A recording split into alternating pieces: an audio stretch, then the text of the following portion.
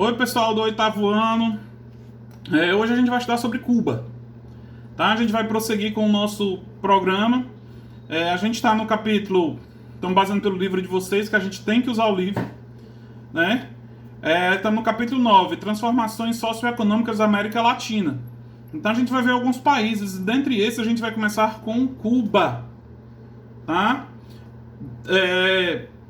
País que vocês viram semana passada, aquele documentáriozinho do Profissão Repórter falando um pouco sobre Cuba. E Cuba, que é uma ilha, né? Ela já teve dos dois lados da moeda na Guerra Fria. Teve do lado do capitalismo dos Estados Unidos e depois passou para o lado do comunismo, né? Depois da Revolução Cubana, que foi o tema da pesquisa de vocês. Ah, professor, mas o senhor não costuma dar aula de história nas aulas de geografia, mas a gente vai falar aqui um pouco, tá? Sobre a história de Cuba. Tá? Mas vamos ver primeiro como é Cuba hoje, o que ela representa. Então a gente já sabe que ela tô na página 300, tá? Do livro. A gente sabe que ela é uma ilha no Mar do Caribe, tá? Onde, desde a Revolução Cubana, é administrada pelos irmãos Fidel, ou pelos irmãos Castro, né? Começando por Fidel Castro, tá? O irmão mais velho, mas vamos ver lá o que é que o livro diz. Ó. Essa pequena ilha no Mar do Caribe é conhecida no mundo inteiro por 3 aspectos: fabricação do melhor charuto do mundo, produção dos melhores rums, e por ter sido a pátria do socialismo na América. Então, como eu tinha acabado de dizer, principalmente quando eles passaram a ser socialistas, passaram a ser comunistas. E a gente já viu, estudando a independência a colonização dos Estados Unidos, a questão do rum nas Antilhas. E lá é onde eram as Antilhas, que hoje é o Caribe, tá? Está localizada a 170 quilômetros dos Estados Unidos, tá? Cuba é um arquipélago formado por diversas ilhas. A mais importante é a Ilha da Juventude, tá? Então essa é a característica geográfica de Cuba. É uma ilha e fica muito próximo dos Estados Unidos. Agora vocês imaginem aí os confrontos no período da Guerra Fria, né? Confrontos ideológicos, porque os Estados, quem fez a pesquisa deve ter visto que os Estados Unidos mandavam e desmandavam em Cuba e de repente eles se viram perdendo Cuba para os comunistas, tá? Vamos ver lá mais lá, ó. O território cubano é de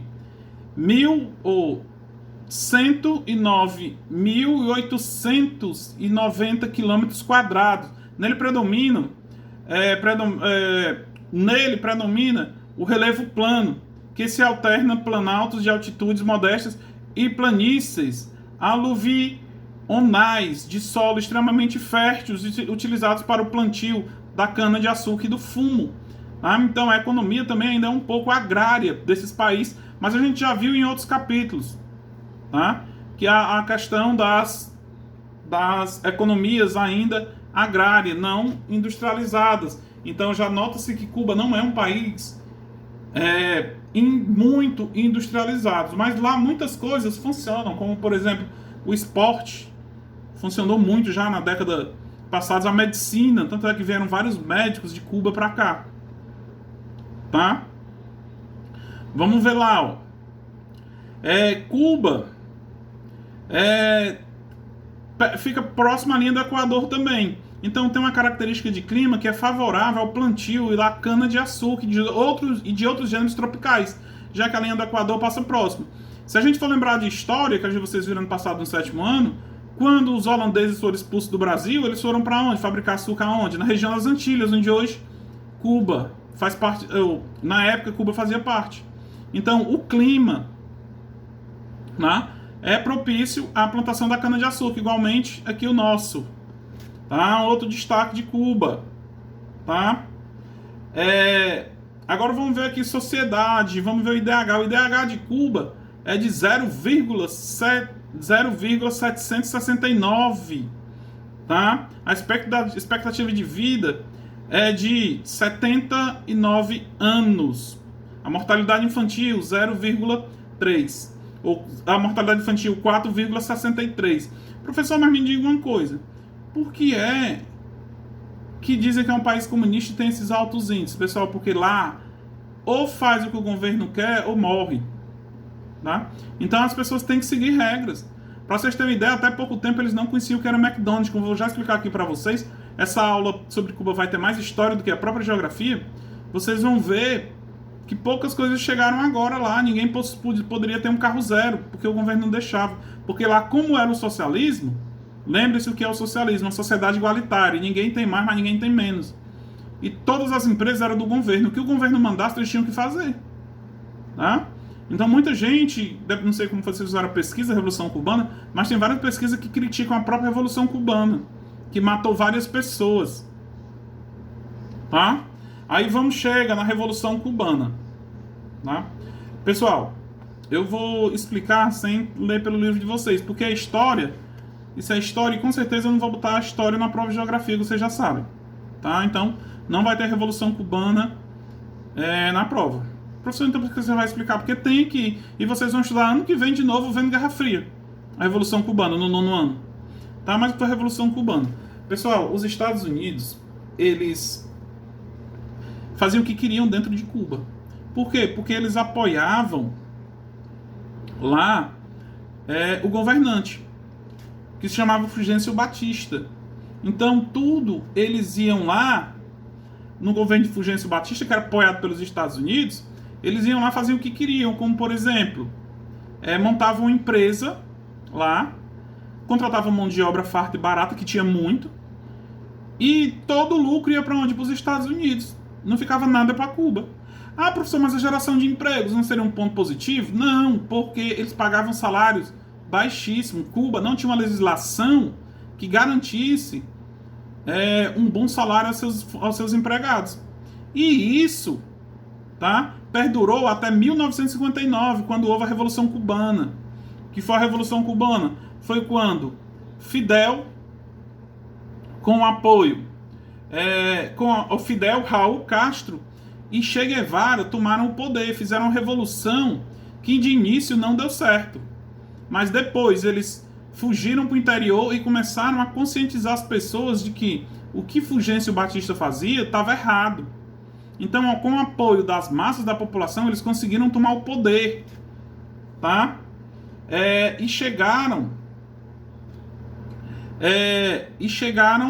a governar Cuba, tá? Então, quando eles vão lá e conseguem derrubar Fulgêncio Batista, ainda teve... Aí os Estados Unidos vai e ainda querem tentar derrotar os revoltosos. Mas o que é que acontece? Logo eles tiveram o apoio de quem? Dos soviéticos. Tá? Aí, como eu já falei, acho que a gente já viu um pouco sobre a Guerra Fria, né? Confronto entre Estados Unidos e União Soviética. A partir do momento que os Estados Unidos vê que a União Soviética está apoiando os cubanos nessa revolução, eles se retiram.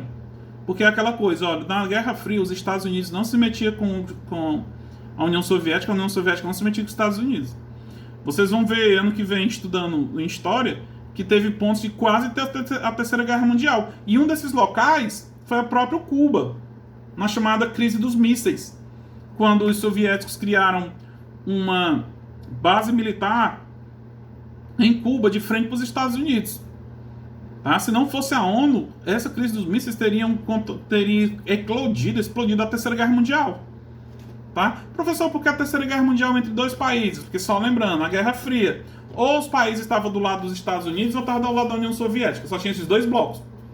Tá? Não tinha outros. Por isso que um não se metia com o outro. E sempre a ONU estava pelo meio.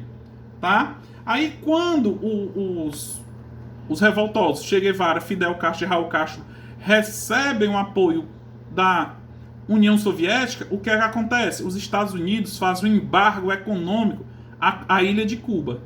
Professor, não sei o que é embargo econômico. Proibiu toda a relação econômica dos Estados Unidos e dos países capitalistas com Cuba. Como assim, professor? Quer dizer, quem era do lado capitalista dos Estados Unidos não fazia mais negócio com Cuba. Não comprava e nem vendia nenhum produto cubano. Mas até então, Cuba não estava nem aí. Por que Cuba não estava nem aí? Porque eles recebiam incentivos da União Soviética. A União Soviética, praticamente ela era muito poderosa. Enquanto existia a Guerra Fria, Cuba estava se dando de bem, né? Porque com apoio dos soviéticos, tá? Aí vem a crise dos mísseis, como eu já falei para vocês. Não, primeiro vou falar da invasão da Baía dos Porcos. Em 61, a CIA invade, tá? Uma parte de Cuba, justamente recebendo. Era um povo de Cuba que era contra o regime do Fidel, recebeu apoio dos Estados Unidos, que tentou ainda invadir Cuba, mas não deu certo, tá? E isso ficou conhecido como a invasão da Baía dos Porcos, tá? E logo em seguida teve o episódio da crise dos mísseis, tá? Que foi quando os soviéticos montaram uma base militar em Cuba. Mas por que foi que os soviéticos montaram uma base militar em Cuba? Porque os Estados Unidos também fizeram uma base lá no Oriente Médio. Em resposta a esse desafronto, eles fizeram uma base também em Cuba. Que isso só não, como eu já falei, só não desencadeou a Terceira Guerra Mundial porque a ONU estava pelo meio, a ONU separava, estava ali entre um e outro, tá? Aí vem o surgimento das guerrilhas, pessoal. O que é guerrilha? É exército paramilitares. É como se essas pessoas formam um exército, mas não é um exército real. E existiam muitas guerrilhas, que isso vocês vão estudar muito bem também no 9º ano, quando a gente estiver vendo ditadura militar no Brasil. Que aqui foram formadas várias guerrilhas treinadas em Cuba. Por quê? Porque a gente sabe... vocês não sabem ainda, vão estudar. Mas vocês vão ver que um dos motivos da tomada do poder no Brasil pelos militares foi a ameaça do comunismo. Estados Unidos tinha pavor de ver acontecer com o Brasil o que aconteceu em Cuba, que foi uma revolução comunista, revolução do comunismo, do socialismo. Tá? Então muitos guerrilheiros daqui, algumas pessoas daqui foram treinar guerrilhas em Cuba. Se eu não me engano, até a a presidente Dilma estava pelo meio, porque ela foi presa no período da ditadura militar, né? Então, essas guerrilhas existiam confrontos entre ambos. E quando deu essa revolução cubana em Cuba, eles tenderam a se espalhar pelo resto do continente. Como eu falei para vocês, chegando até o Brasil. Mas voltando aqui falando da Revolução Cubana. Pessoal, para vocês terem uma ideia, Che Guevara, Ernesto Che Guevara, o Che, ele era argentino, era médico e ele era revolucionário. Que quando Fidel Castro chegou ao poder, ele foi ser a segunda pessoa de Cuba. Mas só que ele abandonou Cuba e morreu aqui na América do Sul. Agora, por que ele abandonou Cuba? Porque quando Fidel Castro chegou ao poder, começou a fazer coisas que eles eram contra, como, por exemplo, ser um ditador, matar as pessoas por brincadeira, se não concordasse com o regime. Ele encarou o comunismo mesmo. E Che Guevara, ele era revolucionário.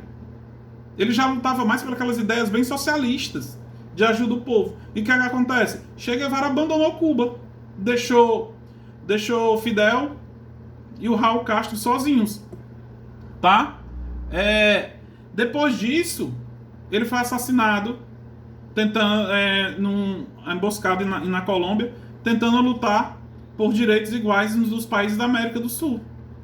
Então Che Guevara abandonou os cubanos. Professor, até quando durou esse embargo? Pessoal, depois da morte de Fidel Castro, porque Fidel Castro era bem carrasco, assumiu o irmão dele, Raul Castro, que tem a fotozinha aí na página 305. E por coincidência, assume o poder nos Estados Unidos Barack Obama. Também o presidente Barack Obama, que é bem flexível. Aí quando Fidel Castro assume o poder em Cuba, ele começa a flexibilizar algumas coisas. Porque Cuba entrou em crise. Porque enquanto o socialismo estava tendo apoio da União Soviética, Cuba vivia muito bem. Tanto é que eu falei para vocês, tinha o melhor voleibol do mundo era de Cuba. Mas quando a União Soviética acabou em 1991, quando acabou a Guerra Fria, Cuba não se viu sem um apoio mais de ninguém. Porque a Rússia não dava tanto apoio como na época da União Soviética dava. O embargo com os Estados Unidos. E Cuba começou a entrar em decadência. Os Estados Unidos não queriam acordo com eles. Aí vem, quando assume Raul Castro, ele passou a ter uma política mais leve, que implantou uma nova economia. Aí isso aí eu vou ler para vocês, que isso aqui já é geografia, já que é bem atual. Isso aqui pode ser que esteja na prova. A página 305. As mudanças que Raul Castro fez na economia cubana. Liberação da entrada de investimentos estrangeiros em alguns setores da economia, de forma regulada. O que é que acontece? Ele abriu Cuba para o capital estrangeiro, para vir outras empresas para o país. Isso é o quê? Já é um ponto do capitalismo. Porque o socialismo é fechado, não quer acordo com o comunismo. O socialismo comunista fechado não quer acordo com empresas de fora. Então ele já abriu. Ó. A criação de mecanismos para que alguns agricultores possam ter propriedade privada. O que é que acontece? Começou já acordos para cada um ter sua terra, não a terra ser coletiva de todo mundo. Cada um poder comprar um pedaço de terra e produzir, ó, isso aqui é meu, não é do governo. Tá, ó. A extinção. Aí automaticamente, a partir do momento que ele distribui terra, começam as extinções das fazendas coletivas. Como eu acabei de explicar, fazenda coletiva de todo mundo. Agora não, cada um tem seu pedaço de terra. Tá? Quebra do monopólio estatal sobre as atividades comercial, concedendo autonomia para as empresas estatais e privadas. O que é que acontece? Ele começa a desprivatizar as empresas. A privatizar as empresas. A desestatizar. Não as empresas agora do governo. E sim, cada um poderia abrir sua empresa e ter uma relação entre ambas. Tá?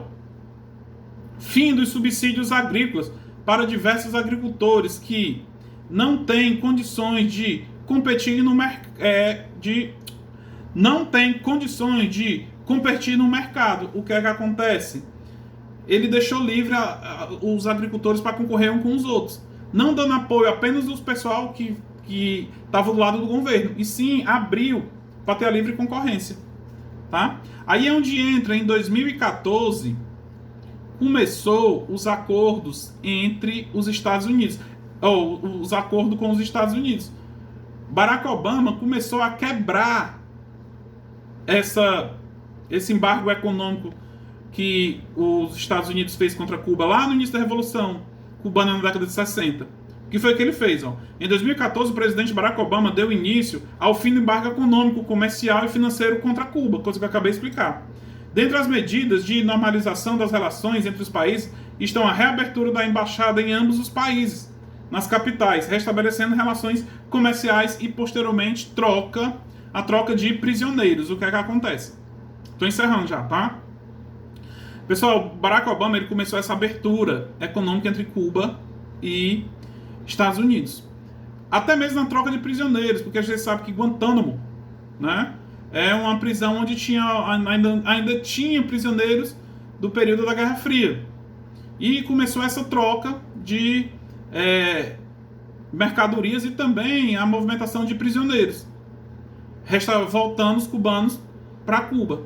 Mas essa relação parou. Por quê? Porque quando o Donald Trump foi eleito presidente dos Estados Unidos, ele freou essa relação Estados Unidos e Cuba. E hoje anda muito pouco. Tá? Mas as embaixadas ainda estão abertas, tanto em Cuba como nos Estados Unidos. Tá? Aí, próxima aula, a gente vai dar uma olhada no Paraguai. Tá? Até mais, pessoal. E dúvida, pergunta no WhatsApp.